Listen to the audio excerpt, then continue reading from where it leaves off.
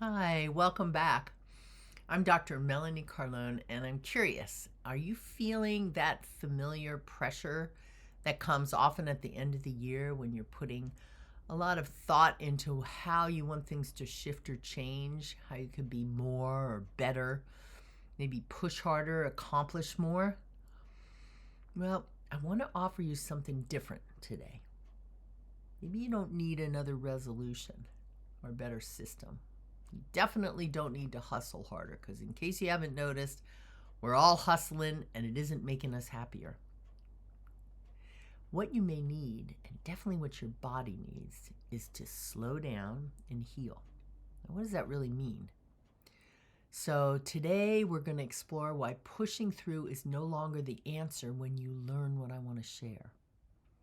How softening, slowing down, and restoring the nervous system can actually be the most powerful tool to open up transformation and creativity and new avenues for thriving that are available to you right now.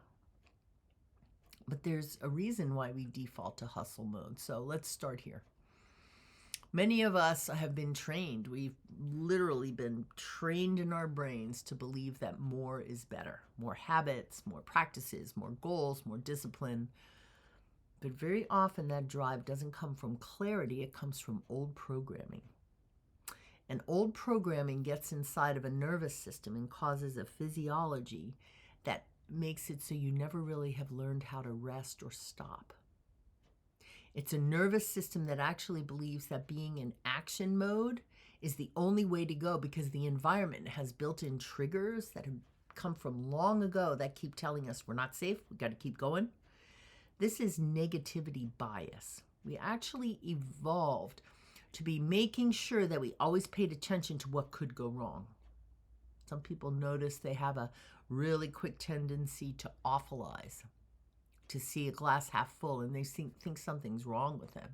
But it's actually built into our system to make sure that we ensure our own survival. We don't get blissed out at the sunset and there's a saber tooth behind us. So I call this the green light reflex, where the back of the body's in go mode and the body can stay there. Shoulders pulled slightly back, tense between the shoulder blades, the chin jutted out, breathing high, the jaw tight because everything's pulling here. It's like a car with the gas pedal pressed down. And at the nervous system level, it's like the body is saying, hey, I have to keep going. If I slow down, I'm in danger. I have to keep going. But what if that constant tension is not ambition? It's a survival instinct that you don't even know you have until you let it go. When the system is stuck in overdrive, we start confusing momentum with meaning in our lives. We get attached to the checklist. I mean, I used to have checklists for my checklist. So I am very aware of what it means to constantly be pushing. And then we override sensations of pain early on, or fatigue when rest would make a difference. Even joy. We just stay in motion and we kind of forget what it means to actually be thriving and loving life.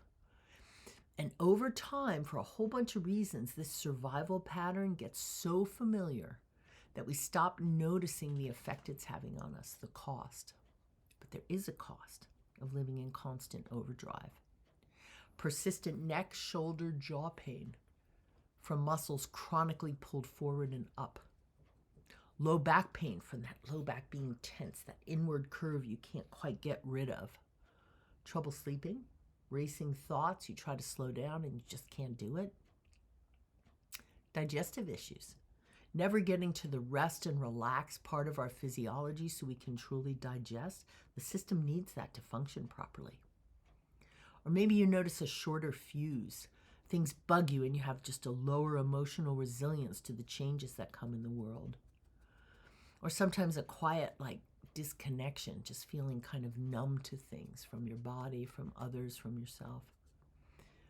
Let's face it, we have lived in a culture for decades, centuries, that rewards pushing, that there's scarcity and the benefits go to the one that pushes the most.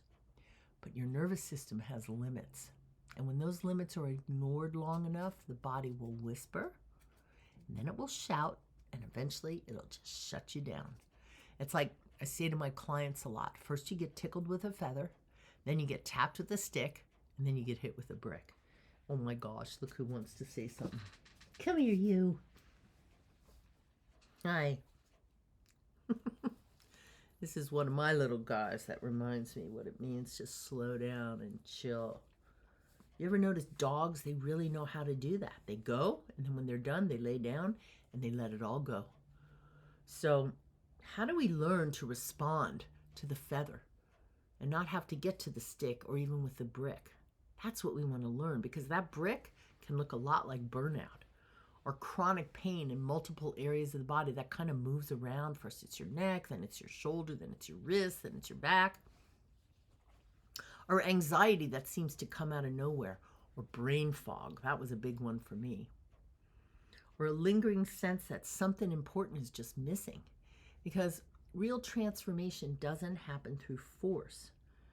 It happens, and all these things start to reveal themselves when the body feels safe enough to change. But first you need to notice that it doesn't feel safe. And a lot of times it's just in that space of the recognition where healing begins. And you can set the stage for that healing with consistent practice. So here's a reframe. What if healing is actually the productivity? That when you take opportunities in your work, in your home, in your relationships, to notice that contrast when you're functioning and you're acting out of a state of tension, and you bring healing to the forefront, that this is the thing you're actually here to do. This is the most important thing. That reframe can make such a difference in how you approach your practice. What if being regulated is a goal you sought but didn't even know it was an option, and it is the option your body asks for? Because then when the nervous system is regulated, all kinds of good things happen. Your breath deepens. Instead of breathing from the upper chest, you start to breathe from the diaphragm and the low back, and that supports healthy physiology on so many levels. Chronic pain starts to shift and change and eventually can vanish because that chronic tensioning is going away. Your thinking becomes clearer. The blood flow to the brain, your position in the world, how you hold yourself with gravity opens up, and circulation improves. Decisions get more aligned. Your creativity and your intuition come back online. The action that you take in the world arises from the truth within you, not from urgency to push. I work with people every day who spent years, sometimes decades, living in the green light, go, go, go reflex. And then the body starts to shut down, and the pain eventually becomes so bad that people start to come to see me. And often I see people who have kind of turned everywhere else and nothing seems to work. So we often start with just safety, the body having a felt sense of safety, of moving the breath. And when we reset the system instead of pushing it, everything shifts. Goals don't disappear, they just come from a different place. Not from compensation, not from fear, but from clarity. You can stop running from discomfort and start moving directly towards what really matters to you. So let's pause here and do a simple practice together. Something you can return to anytime you notice yourself slipping into hustle mode. When your breath tightens, when anxiety is rising, you can do this seated, standing, you can do it at a red light. So feel your feet. Feel your feet, undo them if your legs are crossed, feel contact with the ground. And as you feel the feet, feel the weight of your body through your seat or your feet if you're standing, being held. Just let yourself rest on the earth. Now I want you to let your eyes go to the side and rest them gently on an object. Keep your head forward, but eyes gently to the side, no strain. And just notice the color of the object, the shape. And let your breath go to your low back. Not your abdomen, but your low back. Your abdomen will rise, but go to your low back first. And you might shift your eyes to the other side and just focus, feel the shape, the vision in your eyes, and the breath in your low back ribs.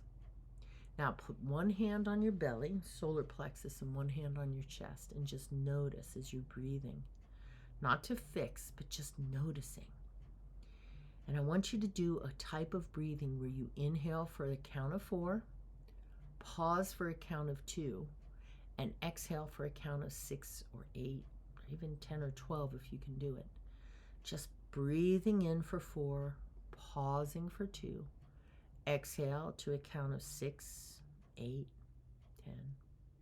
Eyes to the side and just notice. Keep doing it, breathing. And as you breathe, eyes to the side, body receiving messages of peace, say to yourself, I don't need to push. I'm in a state of peace. I can feel myself calming. It's safe for me to soften.